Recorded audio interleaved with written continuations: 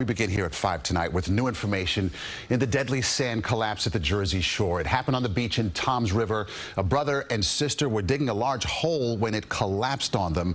The 17-year-old girl was rescued, but her 18-year-old brother could not be saved. Today, crosses made of seashells mark the area of the beach where it happened. CBS 2's Alice Gaynor spoke with the victim's father and officials who have theories about how it happened. We have two parties still trapped.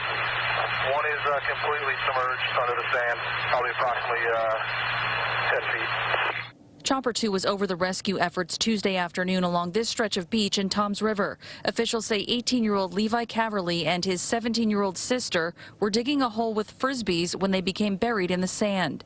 Right here, police were in the hole, frantically digging.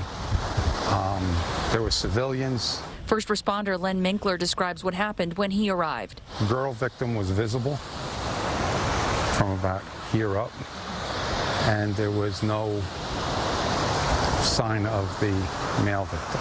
The first problem was all the sand that they're digging out started to go back into the hole. Levi's sister was pulled out, but Levi died. His body was recovered hours later. The family from Maine was here on vacation. Levi's father said partly in a text message, Levi was himself. He was odd. He was quirky. He was not real concerned with what others thought. He knew Jesus Christ. He was involved in the worship team at church and was the drummer in a teen young adult worship band. He was a tech nut and loved to program.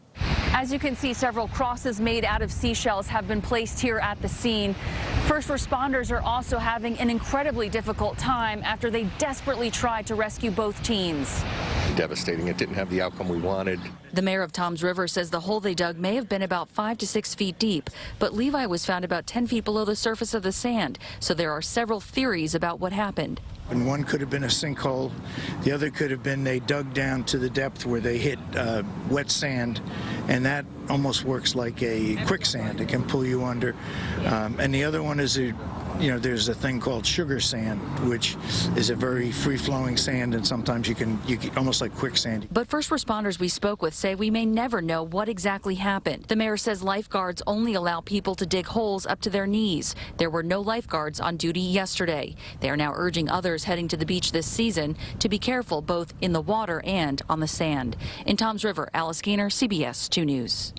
And once it became a recovery operation, the hole had to be shored up so no one else became trapped or injured. The Ocean County Prosecutor's Office is now investigating.